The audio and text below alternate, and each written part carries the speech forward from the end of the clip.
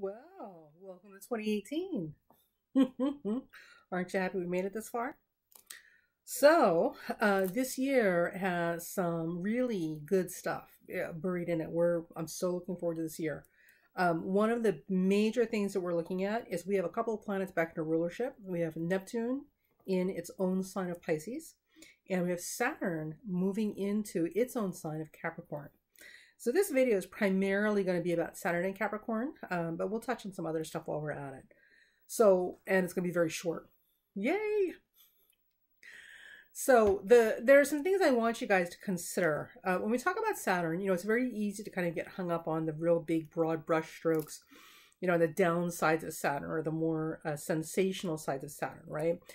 Saturn is, what is it they like to say all the time? Oh, it's the grow up or show up kind of planet or whatever. I don't know. They're always using grow up when they talk about Saturn.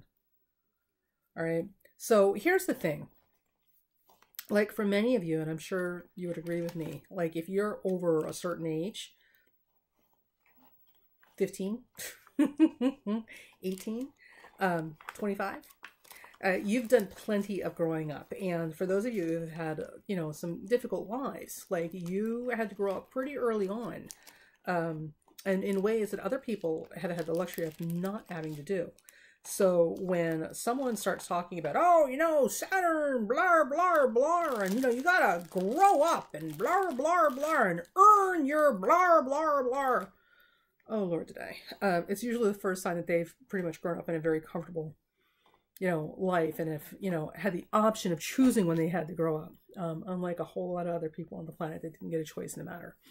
So I'm not a fan of associating growing up with a Saturn because that's, to say that, you suddenly, because of a Saturn transit, have to grow up is literally a statement of luxury and privilege that a lot of us just don't get. So this Saturn that I am referring to has a lot to do with more practical applications. So I'm not going to get into predictions for the year and any sort of, entertaining carnival-esque type tricks like that. What I want to talk about is more pragmatic, how do we make this work for us sort of thing. And Saturn is very much about being pragmatic and making things work.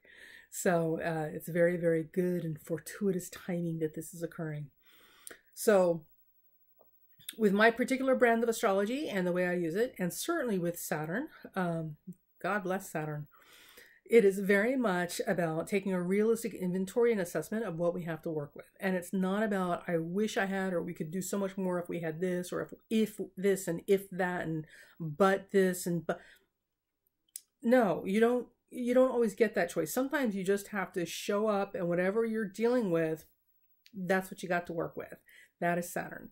And being able to work with it efficiently and manage your resources. Remember this phrase, manage your resources, is a very Saturnine thing. So one of the key words, or the key phrases for Saturn is I use. So all of the zodiac signs have a key phrase, right? So Aries is I am, and Taurus is I have. Gemini is I communicate, and Cancer is I feel. They all have like their little two-word expression. It kind of gives you a sense of what each sign is in an evolutionary sense about. And with Capricorn, it is I use, and it's very often misunderstood to be this very mercenary sort of using, which it is not. Lower expression Capricorns or Saturnine people who are lower on the evolutionary ladder. There goes that itch again, the itchy and scratchy show. Or like people who are living on very much lower developed kind of psyches, bottom feeders, will use people as opposed to managing resources, and they'll justify it and rationalize because that makes sense to them. But that's not what it's about. When we talk about Capricorn and Saturn, we talk about I use.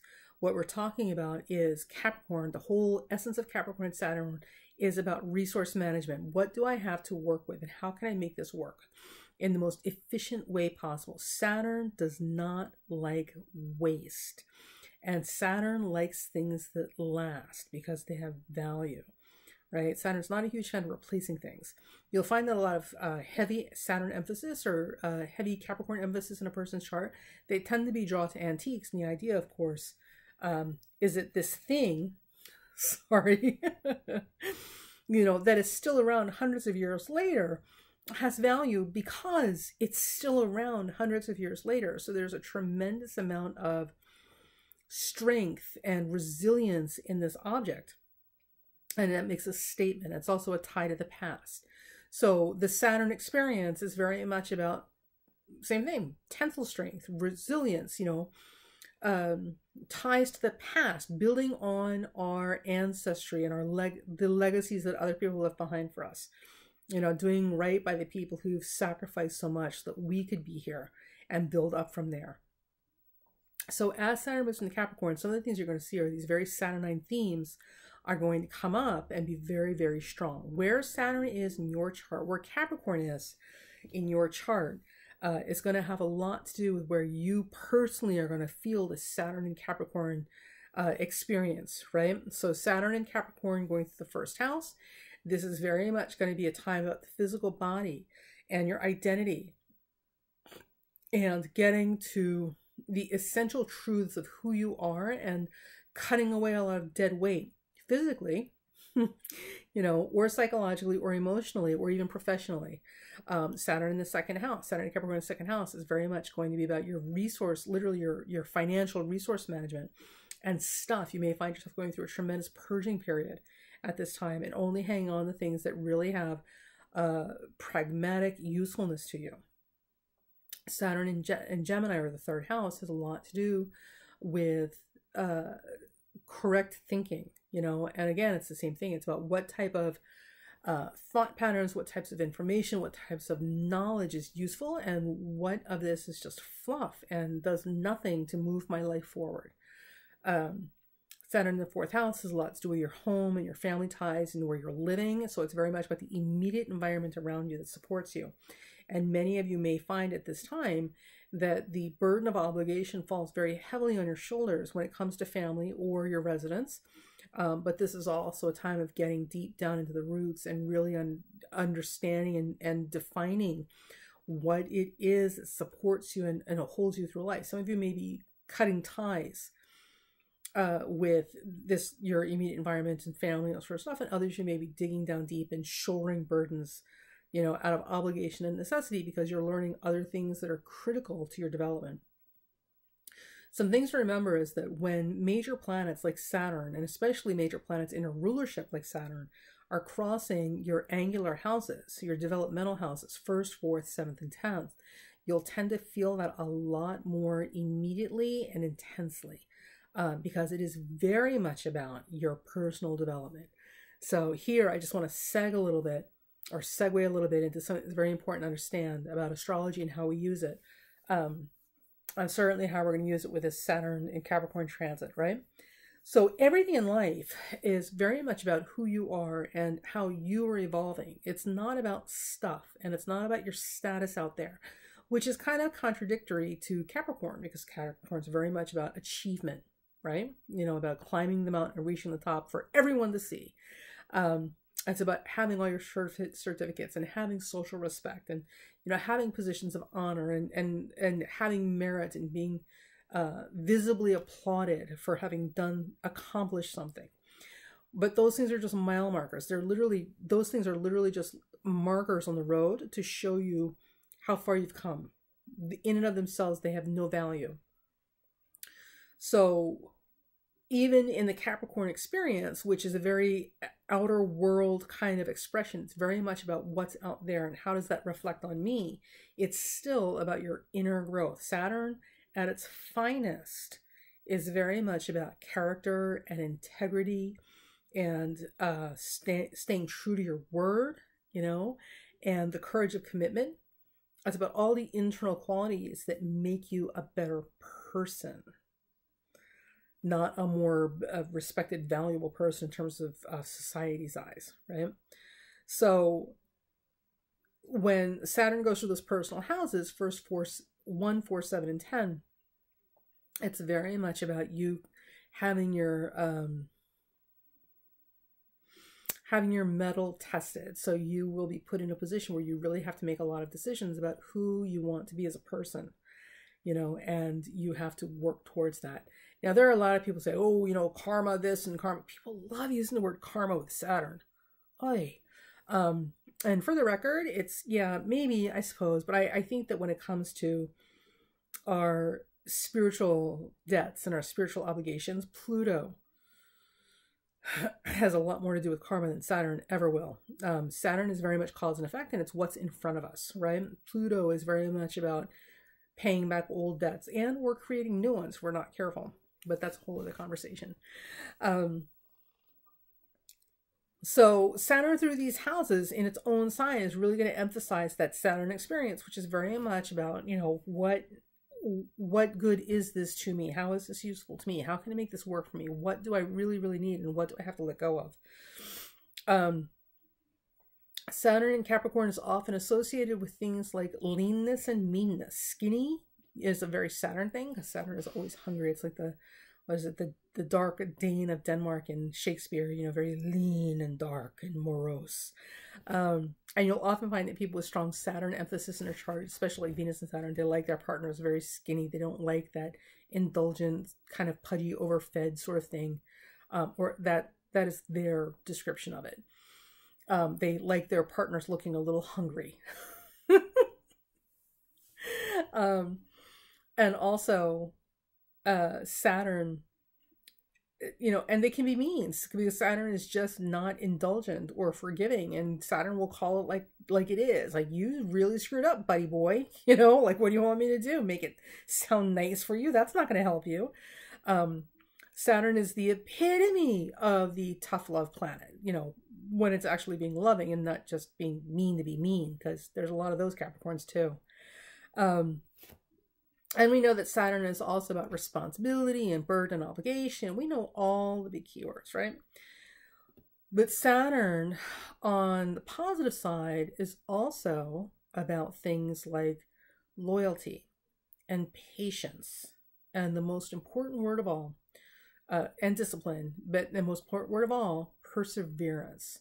So when Saturn shows up strong or in challenging aspects to anything in your chart, especially now while Saturn's in Capricorn, you know, perseverance is going to be the thing, literally the thing you're going to find yourself facing over and over and over again, because you will be put in positions where it's literally just going to be your ability to pull from deep within you and keep going and persevere that's going to get you through it, because you won't have a whole lot of other options. It's just not like you're going to have a lot of alternatives.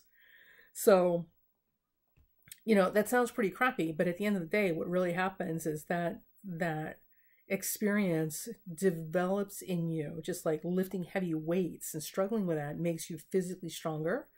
This will allow you to develop those psychological and emotional and spiritual reserves that are necessary for you to be able to persevere and get through hardship. So this is Saturn's gift, and this is what Saturn will call upon from you and for you. This year, Saturn will be in Capricorn all year long, baby. All year long. And Jupiter will be in Scorpio. Now, Jupiter is a power sign, you know, and Jupiter can have some boundary issues. It can have some boundary issues. But the two together, so Jupiter and Saturn together, neither one of them like waste, right? So with Jupiter in Scorpio and Saturn in Capricorn, neither one of these signs are fond of waste. They don't like having their time wasted. They don't want their resources wasted. They don't want things, and they don't like waste. They're very efficient, streamlined signs. So the emphasis with both of them this year that we're having is we're very much going to be examining the resources in our lives, our time, our energy, our money, you know, our efforts. We're going to be looking at all of those things, and we're going to be asking ourselves where we are wasting our time or where we're allowing other people to waste our time, and we will be cutting corners and adjusting our sails accordingly. Well, if we want to get through this year and have something to show for it at the end of it. Now, there are other ways to work with this energy, and that is to be a power monger and totally, absolutely, with naked ruthlessness, pursue power and status, and high level control over situations. Excuse me. And all the sort of things that, sorry, I have blue dye on my hands. All the sort of things we associate with power players, right? And this year would absolutely favor and support and energize those types of activities. But the problem is, if that is the only goal we have in mind, and that is our primary goal, we will find that when this transit is over, it will be a very short-lived victory, because we're not getting the things that we really need to get. What we really need to get is underneath that. And underneath that, it's about the ability to persevere. And endure and learn and identify who in our life is there, with integrity and character and loyalty, and who we are also offering those things to. So for those of you who are going through or will be going through some not great life things, and you know who you are, you know who you are. This is not about being inconvenienced because you didn't get to go on vacation. Right? No, this is for those of you who are really going through it, like really going through it. So I want you to know that it's going to be okay, and that who you develop into as a person, all of those intangible qualities that make up your character and your personality that are really, going to be pulled upon this year.